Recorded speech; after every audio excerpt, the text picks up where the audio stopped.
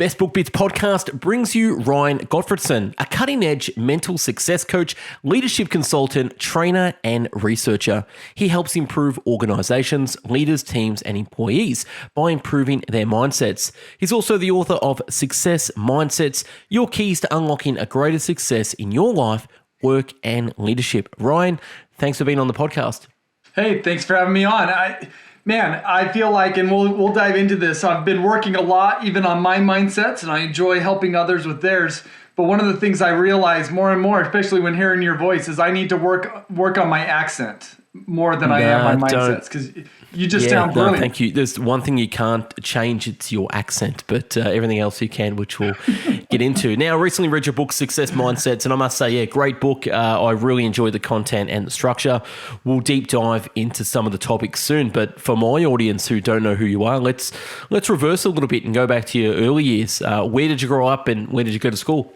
Yeah, I grew up in Utah, and that was surely formative in my upbringing. Utah is generally kind of a religious place, and that was a part of my upbringing. I then attended Brigham Young University as an undergraduate, where I studied business, and then from there I went to Indiana University to do my PhD in organizational behavior and human resources. Yeah, perfect. And what did you do when you finished your PhD? What was what was your first job, or did you stay in school and become the professor? How did it all sort of unpack after your studies? Yeah, let me maybe even connect the dots a little bit, because I'll commonly get asked, what led you to get into what you've gotten into? And it takes me back to high school, and I don't know how many high schools have this class, but when I was in high school, my high school had a class on sports psychology. And I ate it up. I was somebody who played sports, and for me, that was my favorite class. And I still remember the books that I had to read in the class. So we had to read Stephen R. Covey's 7 Habits of Highly Effective People. I then read a leadership book by Pat Riley, another one by Mike Krzyzewski, and another one by Rick Majerus, all 3 of those basketball coaches. And I still remember those books, and I remember thinking as a high schooler, man, if I could have a career where I could study leadership and write books like this, that would be my ideal career. But I had no clue that there was even a field of study that was out there. So fast forward a few years, and I was living in Boston at the time, and I met a Harvard Business School professor. And he says to me, and I ask him, what do you teach? And he says, organizational behavior. And I'm thinking, what is organizational behavior? So I ask him, and he starts describing it. I'm like, oh my goodness, this is sports psychology, but applied for business.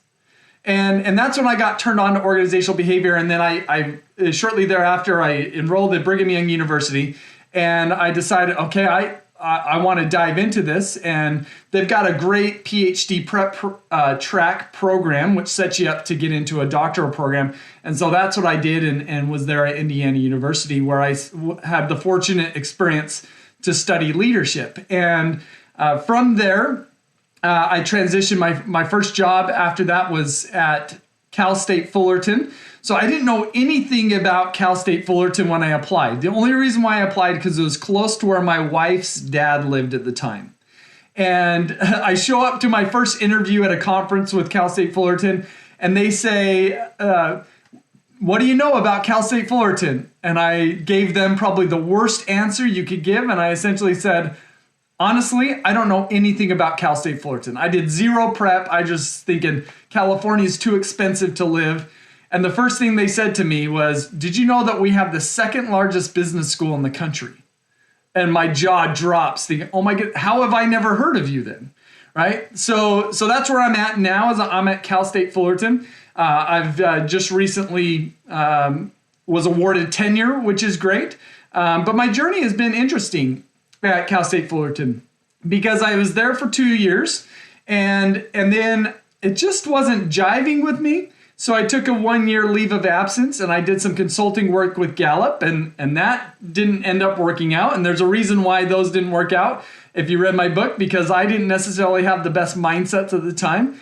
But after coming back to the university from Cal State Fullerton, I realized I wanted to start my own consulting business. And so since then, I've been doing the professorship route, but then also the consulting route. So I'm fortunate to work with organizations all over the world to help them develop their leaders. Yeah, awesome. Thanks for unpacking that. And yeah, I read the experience working for Gallup in the book, and I don't think it was your mindset. I just think that they pigeonholed you into a corner where you wanted to be more creative and do more things, and the job title that you went for wasn't the actual role that you ended up doing. But anyway, we can talk about that later.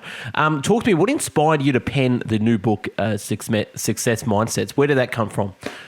Yeah, so it was before I left to go to Gallup. Well, and even after I came out of my PhD program, what I had learned during my dissertation on leadership is that gave me the opportunity to study the last 70 years of leadership research. And what I observed from that is that the vast majority of that research is primarily focused on answering one question. And it's not an unimportant question, but I feel like it's short-sighted. And that question is, what do leaders need to do to be effective?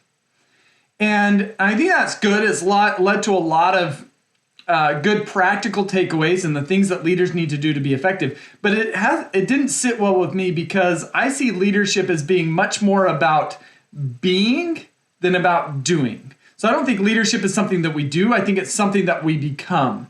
And so when I came to Cal State Fullerton, I wanted to tap into the being element of leadership. And where I started that was I first was focused on the motives of leaders, recognizing that two different leaders could engage in the same behavior, but with different motives. And what matters is not necessarily the behaviors, but the underlying motives. And so that's where I was doing research, and then I left to go to Gallup. When I came back to the university, I had a few months. I was like, okay, I'm going to revitalize this research. And I started to dive in and do a literature review. And everything that I started to come across was all about mindsets. And I found it absolutely fascinating. And what I realized is that I was aware of Carol Dweck's book, Mindset, which focuses on fixed and growth mindsets. But what I realized is that there's more than just fixed and growth mindsets. There's other mindsets that are out there. And so I started to do a deep dive in understanding what mindsets are out there. And even in the process, I'm learning what mindsets do I have. And I'm learning at that time that I don't have the most positive mindsets. And so that literature review ultimately fueled this book, Success Mindsets. And it's partly it's largely helping people understand that there's different sets of mindsets out there. My book focuses on 4 different sets of mindsets, but also in the process, I try to be authentic and personal and give even my own experiences in my efforts to shift my mindsets as I went through my journey. Awesome. Yeah, thanks for unpacking that. And yeah, mindset is massive. Some of the notes I took from that is, leadership is being, not doing. And you're right. You might have 2 people doing the same behavior, but from different motives. It does make all the difference as well. In the book we will do go through mindsets, but why do you believe that sort of knowing which mindset that you operate under will help you approach work and life differently? Yeah, great question. One of the things that I generally ask groups that I work with is I ask them, what percentage of people think that they have really good mindsets? And I don't know about you, but the answer that I generally get is most people believe that they have good mindsets. And that's justifiable because the mindsets that we have, because we've all got mindsets, but the mindsets we have come about because of our life's experience. Life has taught us that these mindsets are good mindsets to have. But then another question is, what percentage of people actually know the quality of their mindsets? And I don't think that there's very many people that do, partly because most people don't know what mindsets are out there, and they have never come across a tool to be able to assess their mindsets. And so what I do in my work is I have a mindset framework, focuses on 4 different sets of mindsets, which allows people to identify what mindsets are out there. I've got a mindset assessment that comes with the book. It's also free on my website at ryangottfredson.com. And people can get a report that gives them a score on the quality of their mindsets relative to over 25,000 other people. And so by helping people know what mindsets are out there, what mindsets they currently have, and identifying better mindsets to have, if that happens to be the case, it helps people to transform and change at a very foundational level, at that mindset level. Yeah, and we'll jump into how we discover it, which you showed as well. But let's jump into the 4 types of mindsets. So in the book, you talk about a fixed mindset, which is negative, and growth, which is positive. Can you expand on some of the frameworks into mindsets? Yeah, in fact, let me give you an anecdote that I found really interesting. It actually occurred just yesterday. I was on a coaching call with a CEO, and the CEO was great to work with, and he was being very vulnerable. And one of the things that he said, and this isn't the first time I've heard it from a CEO, but he says, I don't let people know this, but at a foundational level, I'm a very insecure person. And what I need to be validated by others. I need to be recognized by others. And at a foundational level, what he is dealing with, and he's taken my mindset assessment, is he struggles with a fixed mindset. When people have a fixed mindset, their body is wired to want to look good. And the reason is because they inherently don't believe that they can change their talents, abilities, and intelligences. So if something doesn't come naturally to them, or if they fail at something, they interpret that as though they are a have-not, and they can't become a have.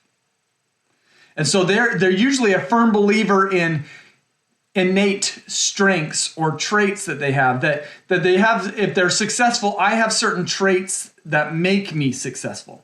People with the growth mindset, they don't see things that same way. They believe they can change their talents, abilities, intelligence. And if they're successful, it's not because of the innate traits that they have, it's because of their hard work ethic.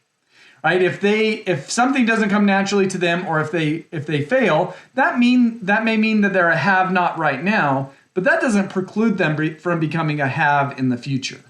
And so one of the things that we see is that those with the fixed mindset, they generally avoid challenges, and those with the growth mindset generally approach challenges, and they see them as opportunities to learn and grow. So that's hopefully some clarity on the difference between fixed and growth mindsets. Yeah, and on the in the book you do a little graph there where negative on the left, positive on the right, and we'll just go through them as well. So negative is fixed, having a closed mindset and being more preventative or prevention, and then inward as well. Where on the opposite's true, where having a positive mindset is being more growth orientated, being more open, looking for promotion, and looking outward as well. Would that be correct? Yep, you got it. And another way to think about this is, part of it is the labels negative and positive, but the negative mindsets, one of the things we need to understand is they're justifiable and they're self-protective. And the positive mindsets, they're less self-protective and more about adding value to others. So when we have a fixed mindset, we are protecting us from looking bad. We don't want to look bad. When we have a growth mindset, we don't care so much about looking bad. What we care about is learning and growing and performing and excelling. And so that fixed mindset is justifiable because who likes to look bad? But if we hold on to that too tightly, we'll never try new things or put ourselves outside of our comfort zone in an effort to learn. Another way to look at it as well, you can tell people that are holding on to the past might have a negative mindset because that's fixed. The past is fixed. You can't do anything about it. And that's where your character comes from as well. So a lot of people are carrying around this character in their head. They're playing a particular role that they must maintain. Where the opposite's true, where if people are growth mindset, they're more in the future, thinking about their goals, thinking about their dreams, always becoming, never there. So I sort of see myself as a growth mindset, always focused on the future, always looking at goals, always looking ahead, happy to look like the fool, but thinking always thinking of growth, always thinking of challenges, always micro failure, macro success, always trying to do things that are out of my comfort zone as well. So yeah, I really liked how you broke that down as well. And in the book, you talk about the power of labels as well. Yeah, I know you did touched on that as well, but yeah, assigning labels, you sort of had clarity, direction, and power to, introspect about your current mindset and develop that success mindset. Do you want to add on anything about the power of labels? Yeah, just to build off of what you said, because there's another phrase that I think other people have probably heard, and that is, you got to be able to name it to tame it. And I think that goes with mindsets, right? And unless you know that there's fixed mindsets out there or growth mindsets out there, you'll never be able to introspect about them and figure out where you're at and where you need to go. So it's just, that's the power of labeling, or put a name on this. If we can name it, then we continue. Yeah, and in the book, you go through sort of, I like how growth mindsets drive thinking, learning, and behavior. Can you touch on those three words, thinking, learning, and behavior? And I like how you put those together and how we can explore that. So can you talk a little bit about that? For sure. And there's a research study that I talk about in the book, and I think it's probably just something we could chat about here to answer that question. What was interesting is the group of researchers, and this was actually headed by Carol Dweck, and they had individuals take a mindset assessment. And those that had a fixed mindset, they identified, and those that had a growth mindset, they identified. And then they gave them all the same task, which was 8 easy questions and then 4 difficult questions. What they were doing is they were setting them all up for failure, and they wanted to see if they would respond differently to failure depending upon whether they had a fixed mindset or a growth mindset.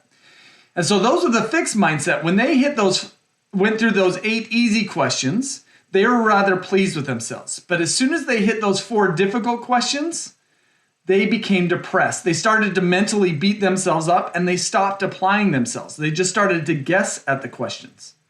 But those with the growth mindset, when they hit those hard questions, they didn't get depressed and they didn't beat themselves up. They actually started to encourage themselves. They would say things like, "Oh, I was hoping this would be a challenge." And they continued to apply themselves. And so here's a circumstance where there's 2 different people, or different people with facing the same situation but with different mindsets, and they respond to it as if they're from completely different planets.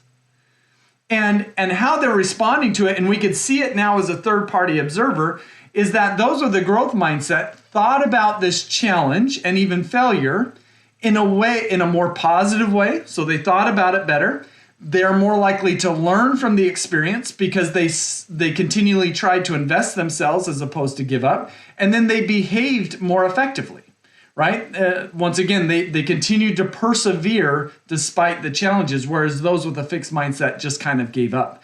So I think that that's a study that summarizes the foundational power of our mindsets, that the mental lenses that we're wearing, how we see our world, shapes how we think, how we learn, and how we behave in our world. Yeah, Does that make sense? Does that get at what you're absolutely. Asking? That was good. And I like the little story in the book about the New York bouncer who had an IQ of 195. Can you expand on that a little bit? That was a cool little story. Yeah, I'm trying to remember what book I riffed that example from. It might have been Atomic Habits or something like that, or Peak. But there's a gentleman who's kind of become well known in discussions around a fixed mindset because he has an IQ that is among the highest in the world. And we generally think the smartest people are the most successful. And he's somebody that hasn't really done much with his life yet. That isn't to say that he can't, but he's spent one of the smartest guys in the world has spent most of his career as a bouncer in New York. And kind of some of the anecdotal research about him suggests that, look, here's a gentleman who's got maybe, quite a bit of potential, but he's reluctant to take on challenges that push him.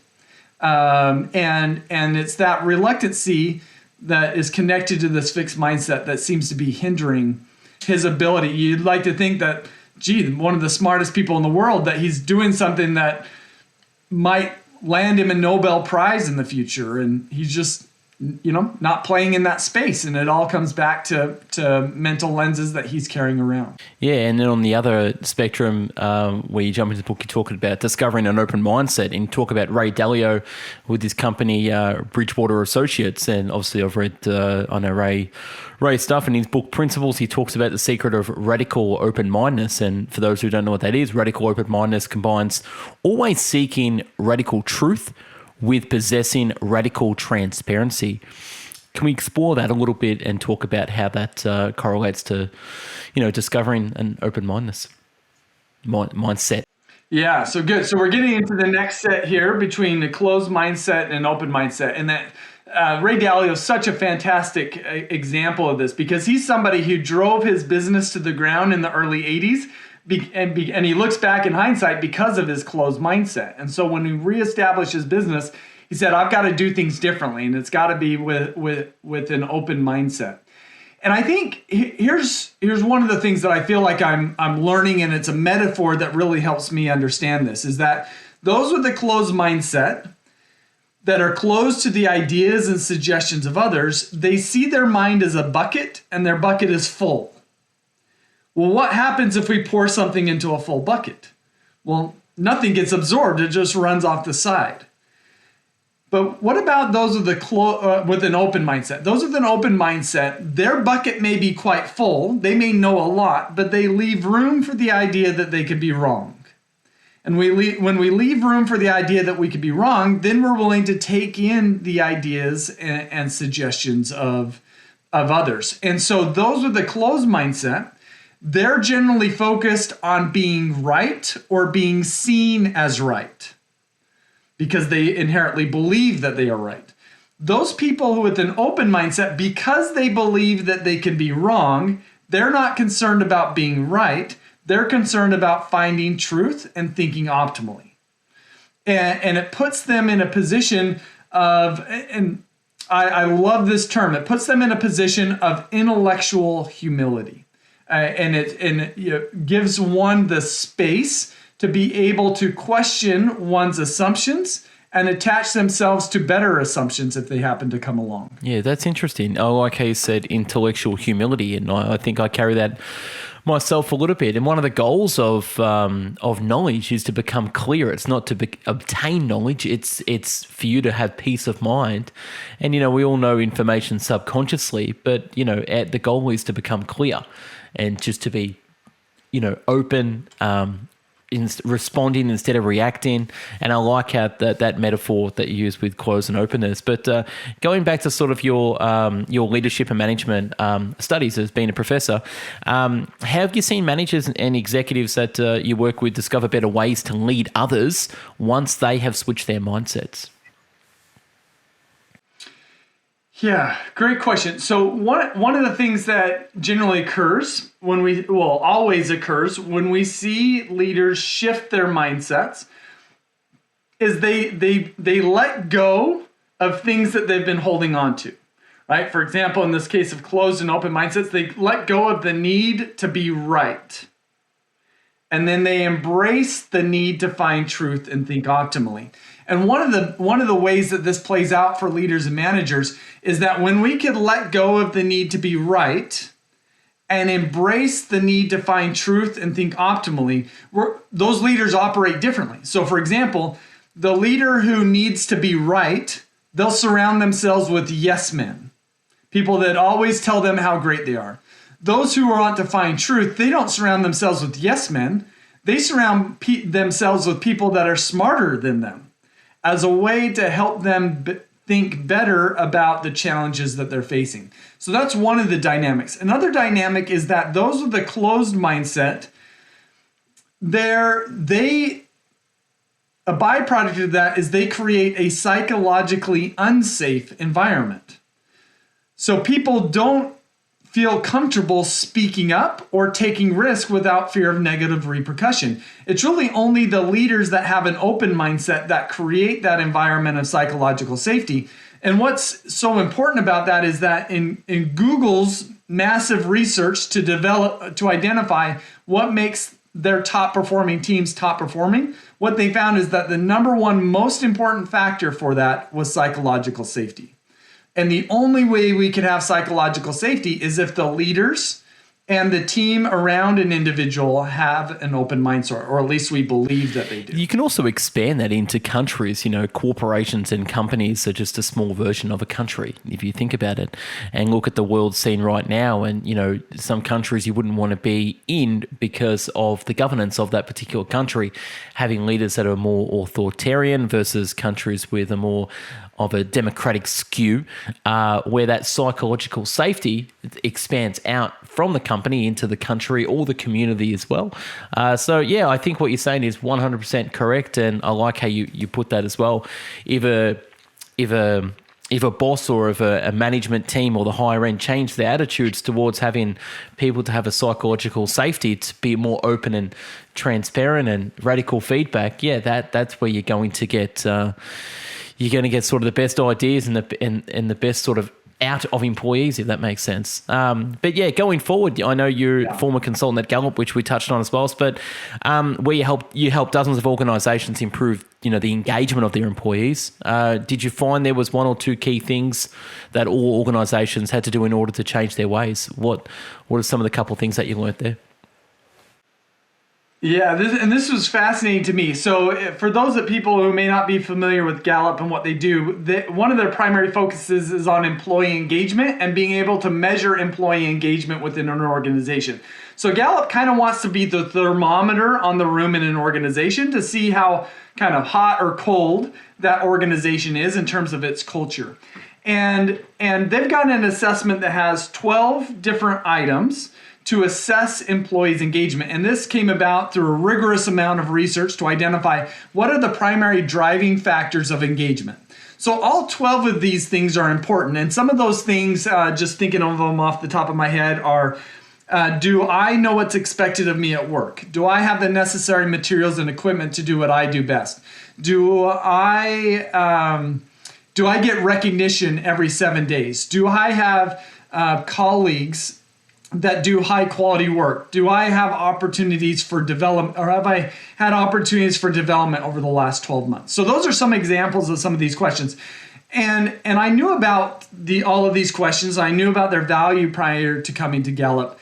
But I also kind of had the thought is, okay, even though all 12 of these are important, I wonder if there's one or two that are more important than the other than driving an employee's engagement, their emotional connection to the work that they're doing. And what I found, I got my hands on as much data as I could, which was about 70,000 different employees across somewhere around 7 or 9 different organizations. And what I found is that out of these 12, there are 2 that are the most important for driving employee engagement. The most important one was, and how Gallup scores these is on a scale of 1 to 5. So 1 would be strongly disagree and 5 would be strongly agree. And what I found is that if an employee can give a 5 or strongly agree, for my opinions count at work, which is very much connected to this idea of open-mindedness and psychological safety.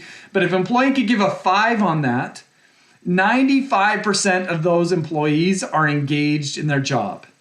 And this is in a database where Gallup has found that only 35% of employees in the United States are engaged. So what this means is that if I as an employee feel like my opinions count at work, then it's a slam dunk that I'll be engaged. So that's the first takeaway. The second one was then I looked at it slightly differently. And what I found is that if somebody gives a 1 through 4, meaning they can't strongly agree to the question, does somebody at work care about me as a person, only 12% of those employees are engaged. So what we're learning, and I think that these are connected. So what we're learning is that if people don't feel like they have a voice and they aren't cared about, they're not engaged. But here's how I think that they're connected. Here's what I've learned, is that when people feel like they have a voice, they feel valued. They feel cared about. And so I think ultimately, if an organization wants to accelerate or improve their employees' engagement, they've got to create a space where their employees can be heard. Yeah, got it. Yeah, so makes complete sense. So the notes I took from that, make sure your opinions count and care for people, and basically making space for that to actually happen, and whether that be having quarterly meetings or monthly meetings or bi-weekly meetings where you get feedback from employees on the ground level to say, how can we do things better? And just generally care. I think the biggest motive for organizations is just money, and it's money, money, money, money, money. And we forget about the human element. And at the end of the day, humans are superior to money, but, we use people and we spend money where we should be, spending people and use money. Or I think I've wrecked that quote, but it's, you know what I mean? We focus in too much on the non-human element. Anyway, moving forward, in the book also you talk about, I've got a question for you. Why do you challenge people to question whether the way they think is really the best way to think? Can you touch on that? Yeah, so as we talk about mindsets as a whole, our mindsets are really a byproduct of one of two things, and usually it's both. It's our prior life's experience, and it's our current culture. And both our life's experience and our current culture, they bring about either self-protection or, in a way, self-liberation, which is more on the positive, with the positive mindsets here. And so, as I mentioned earlier, most people, I don't think that they know the quality of their mindsets. It's just their life experience and current culture has told them that this is the best way to operate. In fact, I was on a workshop this morning, and there was an employee that said to me, I have to promote safety compliance because whenever I talk about a safety culture, they don't understand it. And she wants to talk about a safety culture, which is a bigger, broader, more purposeful way of thinking about safety in an organization. And she just the environment says, you can't speak that language here.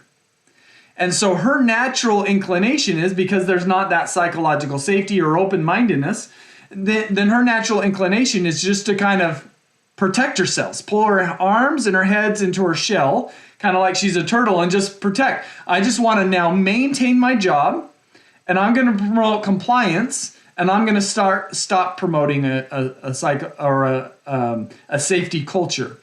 And I think that that's oftentimes what's going on is we develop mindsets. If we've gone through, challenging things in our past, or our culture is currently challenging, we're going to turn and be self-protective. And that feels right to us. That feels good to us because that's a natural way of responding to difficulties. But here, the question that I always ask myself as I think about this turtle analogy is, can we ever add value to the world around us if our head and our arms are in our shells? And it's impossible. We can't do it. And so the people who are able to add value to the world around them are those who are willing to keep their heads and their arms out of their shells despite the turbulence in the world around them, or even what they've been through in the past. And it's those people that we really look up to as being leaders that we want to follow. Great analogy. Yeah, awesome analogy with the turtle. I like that one. I've never heard that said before, and that segues into my next question to talk about, which is promotion and prevention mindsets, which you talk about in the book. I think you pretty much summed that up, but also you talk about which captain are you? A variety of different analogies describe the mindsets. So ask yourself, are you a passenger, which is prevention, or are you a driver, promotion in your life? Can you expand a little bit about promotion and prevention mindsets? Yeah, so a prevention mindset is when we're primarily focused on not having problems. A promotion mindset is when we're focused on reaching a goal or a destination. So the analogy that I use that you refer to is about a ship captain. If we're a prevention mindset, captain with a prevention mindset, our primary focus is to not sink. We don't want any problems to occur. We don't want to rock the boat. As you can imagine this, if I'm this ship captain, I'm probably a micromanager of the crew, right? I don't want people to do something that might rock the boat. And then if a storm comes on the horizon, what is the ship captain likely to do? Well, they're likely to turn and run from that storm as a way to stay safe. But we got to ask themselves, is the direction that they run when they run from the storm, is that headed towards the destination that they originally set out for? And the reality is that probably not. Most of the time, no.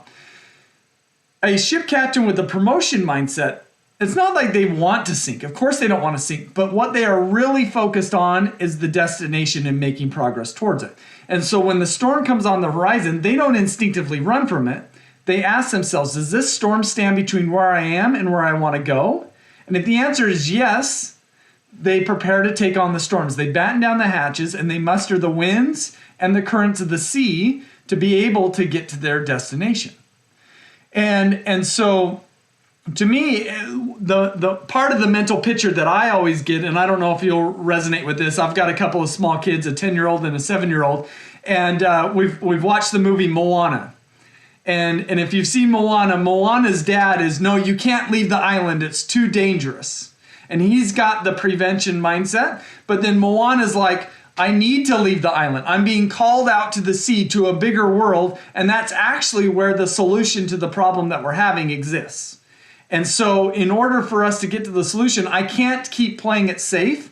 I've got to take the risk and go out beyond the breakers to be able to resolve the issues that they were having on the island. And to me, that's part of the mental image I always get when I think about the difference between prevention and promotion. I must have watched that movie 100 times with my son, who was addicted to it when I think he was 1. So yeah, I like how you put that. But I think it was the grandmother who was encouraging her to, she wasn't holding her back and said, if you got to go, you got to go. So great analogy. Let's talk about your Moana experience on being 13 and going to Guatemala. Can you unpack that for us and how that led to you having sort of an outward mindset where it started off a little bit negative, but it turned into something else? So unpack that story. 13 years old, going with your parents Christmas to Guatemala. Yeah, and in fact, I'm going to give you more depth than what I give in this book. And it's some of the depth that I give in my upcoming book that's coming out in about 6 months from when we're recording this. So this will be fall of 2022 when it comes out. But I've been on a journey myself to improve and to become the best version of myself. And one of the things that I've learned as I've learned about all 4 of these sets of mindsets is that when I first learned about them, I was on the negative side of each of these. I had a fixed mindset, a closed mindset, a prevention mindset, and an inward mindset. As I've been working on my mindsets, I feel like I've been able to make the shift to growth, open, and promotion relatively easily. I don't think mindset improvement is necessarily easy, but it's easier than I think most people think. And I've been able to make really significant shifts there. The mindset set that I struggle with the most is the difference between an inward mindset and an outward mindset. And I've seen this throughout my life. And one of the things that I've done over the last year and a half is I've engaged with a trauma therapist to help me in shifting this mindset. And one of the things that I've learned, and I didn't realize it, in fact, this is something that I think I kept buried as I wrote this book, Success Mindsets. But I look at my childhood, and I always saw that I had a great childhood. My parents were always there, right? They went to every sporting event that I ever participated in. But as I've been engaging with my trauma therapist, one of the things that I've realized is that while my parents were always there for me physically, they were rarely there for me emotionally. And that as a child, I was really emotionally alone, and it was up to me to meet my own emotional needs. And what this did for me is it has wired me to have more of an inward mindset, which means that I have a tendency to see myself as more important than others, and which causes me at times to see others more like objects, like they're an obstacle that gets in my way or an instrument to help me get where I want to go. And this is something that in some ways was wired into me at a very young age because I had to look after myself, at least emotionally. And so this was very pivotal. And how this played out, at least when I wrote the book Success Mindsets, is as a 13-year-old, I had the opportunity to go with my parents to Guatemala on a humanitarian mission. And as you might suspect, and even as I continued to get older, but I was also an only child, that I was rather self-focused as a child. And as a 13-year-old, and I was not looking forward to going to Guatemala. This was uncomfortable. We actually left on Christmas Day. I was giving up my Christmas to go on this trip. I wasn't going to get gifts that year. And this was a challenge for me because I wasn't getting what I wanted.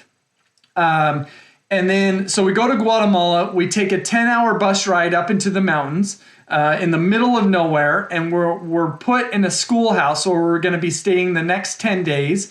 And we're there to help a little community do two things. So half of the group was doctors and dentists, and the other half of the group was working on a water project to bring the village a clean source of water. In fact, what they had found is about 60 to 70% of their children were dying because they were drinking from a contaminated well. And so it was our job to bring them some clean water. And that's the group that I worked with. And so I spent 10 days with a machete in the jungle serving a community. And I don't know if I'll ever see it again, but at that point in time, I saw more poverty in that 10 days than I've ever seen, probably since then.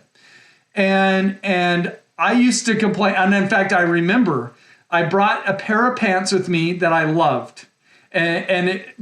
Well, I would say I kind of loved. They were the best pair of pants, but I didn't like them because they were Adidas. And they weren't Nikes. I wanted Nikes, but my parents didn't want to splurge and buy me Nikes, so they bought me Adidas. And I remember being a little upset about that. But after that week, that 10 days in this village, we're leaving, and I felt compelled to give up my pants for the community. Like I was compelled to almost give up everything because it was the first time I realized how much I really had. And almost, it was the first time I realized how self-absorbed I could be. And I wouldn't say that fixed me, but it was the first time I remember putting on more of the outward mindset, which is when we see others as being just as important as ourselves, which allows us to see them as people and to value them as such. And I think when I first started that adventure, I didn't see others as people. I saw them as objects that were getting in my way. But after I had spent 10 days in this community, it was such an eye-opening experience. And I saw people differently, I think, for the first time ever. It's still something that I'm working on, but that was my first taste, I feel like, of an outward mindset. Yeah, thanks for sharing. An amazing story. I mean, it's not every day that your parents take you to a country and puts you in the small village in the jungle with poverty and seeing real things and real life. It's so hidden from us, isn't it? That if we just got out of our safety and, even instead of going on a holiday, went to I don't want to call them a poor country, but went out of your comfort zone into, the middle of the jungle and really face reality, how some people live. And then you have that appreciation for your own life, and that would definitely change your mindset as well. So yeah, thank you for sharing that story. And just to wrap up the podcast, talk about, you've got a next book coming out in 6 months, you say. What's it about? And what's the next book about? Yeah, if I'm honest with you, I wish I would have written this next book before Success Mindsets, but it's okay. It's just been a part of my journey. So the next book is all about a concept called vertical development. So there's what we've learned, and this comes out of the field of developmental psychology, is that there's two ways to develop ourselves. One way is horizontal development. It's adding new knowledge, skills, and competencies to what we have. This is most developmental efforts. When you think about our high school or our college classes, these are all about giving us knowledge, skills, and capabilities. And these are great because it helps us to do more. It's like adding an app onto an iPad. It broadens our functionality. But it is limited because when we put an app on an iPad, it doesn't necessarily improve how effectively that iPad operates. And so vertical development, that's what vertical development is all about. It's about not adding an app onto the iPad. It's upgrading our own internal operating system. And so the first half of the book is all about what is vertical development. There's different levels of vertical development. And then it gives us a sense, okay, where am I in my vertical development journey and where do I need to go? So that's the first half of the book. The second half of the book is, okay, how do we actually level up? How do we vertically develop? And there's a variety of different approaches, but one of those approaches is by focusing on our mindsets. So one of the things that we've learned as we kind of wrap up this conversation is we've got 4 more negative mindsets, or I'm going to call them less cognitively and emotionally sophisticated. There's fixed, closed, prevention, and inward. And then we've got more cognitively and emotionally sophisticated mindsets, which are growth, open, promotion, and outward. And when we make this shift from the more negative mindsets to the more positive mindsets, that's actually an example of vertical development that's going on, is we're enhancing our ability to make meaning of our world in more cognitively and emotionally sophisticated ways.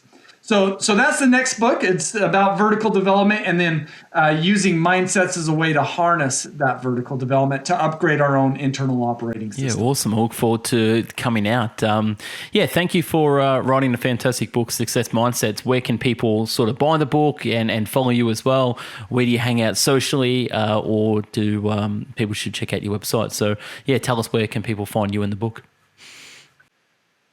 Fantastic. Yeah, you can find the book in most major retailers. So usually for me, that's Amazon or Audible. So you could surely go to there. You could also go to my website, ryangottfredson.com. There's a bunch of freebies that I have. If you happen to purchase my book, you could type in like a purchase code and then get a bunch of freebies there. So I'd love to connect with you on my website. But if you want to follow me on social media, I'm most active on LinkedIn.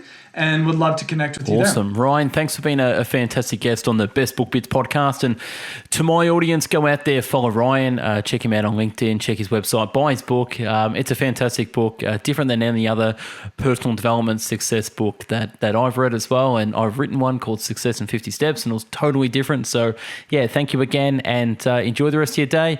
And thanks for being a guest. Thank you for having me, and thank you for reading the book. I truly feel honored. It's no awesome, problem Michael. at all. I'll speak to you soon.